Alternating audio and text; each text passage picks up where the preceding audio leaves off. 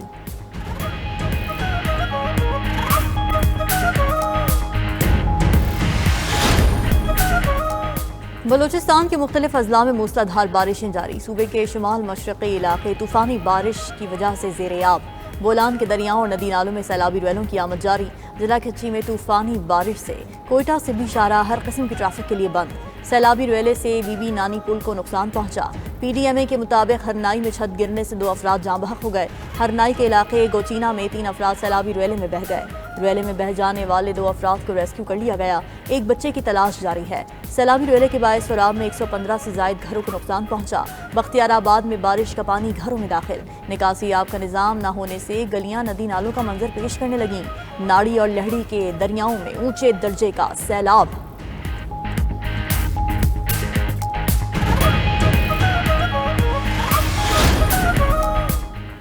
پنجاب بھر میں مانسون بارشوں کا زوردار سپیل۔ مختلف شہروں میں تیز ہواؤں کے ساتھ موسلا دھار بارشیں۔ چکوال اور سرگودا میں دوسرے روز بھی وقفے سے بارش۔ فیصل آباد اور گرد و نواح میں کالے بادلوں کا مٹر گشت۔ خوشاب میں موسلا دھار بارش سے ندی نالوں میں طغیانی۔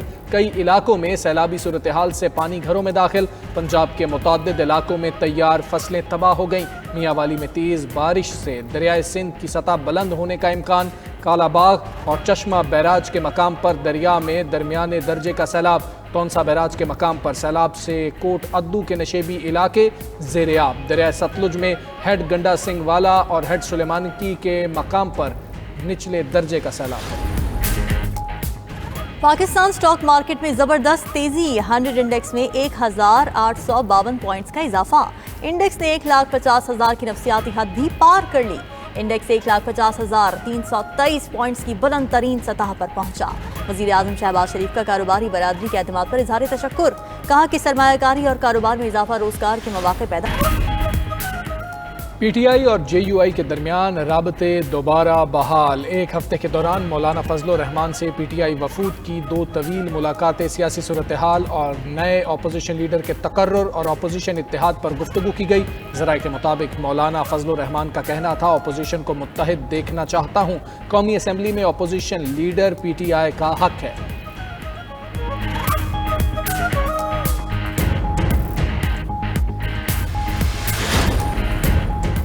چینی وزیر خارجہ کا کہنا ہے کہ چین اور بھارت کو ایک دوسرے کو شراکت دار سمجھنا چاہیے، دشمن یا خطرہ نہیں۔ چینی وزیر خارجہ وانگ یی کی بھارتی ہم منصب جے شنکر سے ملاقات۔ چین اور بھارت کا 2 طرفہ تعلقات کی بہتری کے عمل کو جاری رکھنے پر اتفاق۔ چینی وزیر خارجہ نے کہا کہ چین اور بھارت کو درست اسٹریٹجک مفاہمت قائم کرنی چاہیے۔ چین ہم آہنگی باہمی فائدے کے اصول کو برقرار رکھنے کے لیے تیار ہے۔ بھارتی وزیر خارجہ جے شنکر نے کہا کہ دونوں ہمسائے ممالک اپنے تعلقات میں ایک مشکل دور کے بعد آگے بڑھنا چاہتے ہیں۔ ہمیں اختلافات کو تنازعات میں اور مقابلے کو تصادم میں نہیں بدلنا چاہیے۔ چینی وزیر خارجہ 21 اگست کو پاکستان آئیں گے۔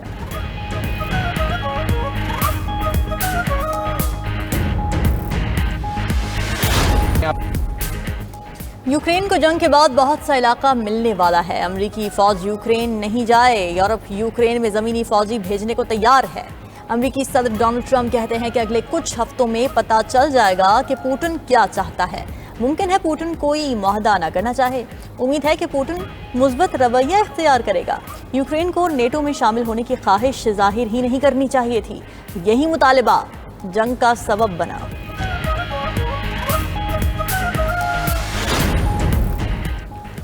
امریکی صدر نے زیلنسکی کو یوکرین کا 20% چھوٹا نیا نقشہ تھما دیا۔ رپورٹ کے مطابق نقشے میں روس کے زیر کنٹرول علاقوں کو گلابی رنگ سے نمایاں کیا گیا ہے۔ خبر ایجنسی کے مطابق روس نے امن معاہدے کے لیے ڈونباس کے باقی ماندہ حصے پر بھی کنٹرول کا مطالبہ کیا۔ دوسری طرف یوکرین کی قیادت نے مشرقی علاقوں سے دستبرداری پر غور کا عندیہ دیا۔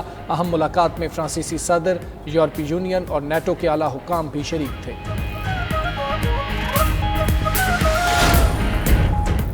یوکرین کی جانب سے روس پر بڑا حملہ، ڈرون سے ایندھن لے جانے والی ٹرین کو اڑا دیا۔ روس کو کرائمیا سے جوڑنے والی ریلوے لائن بھی تباہ۔ روسی حکام کے مطابق حملے سے فوجی رسد کو شدید نقصان پہنچا۔ یوکرینی حکام کا کہنا ہے کہ اپنی سرزمین کی حفاظت کے لیے ہر ممکن اقدام کیا جائے گا۔ بین الاقوامی برادری نے کشیدگی کم کرنے کی اپیل کی۔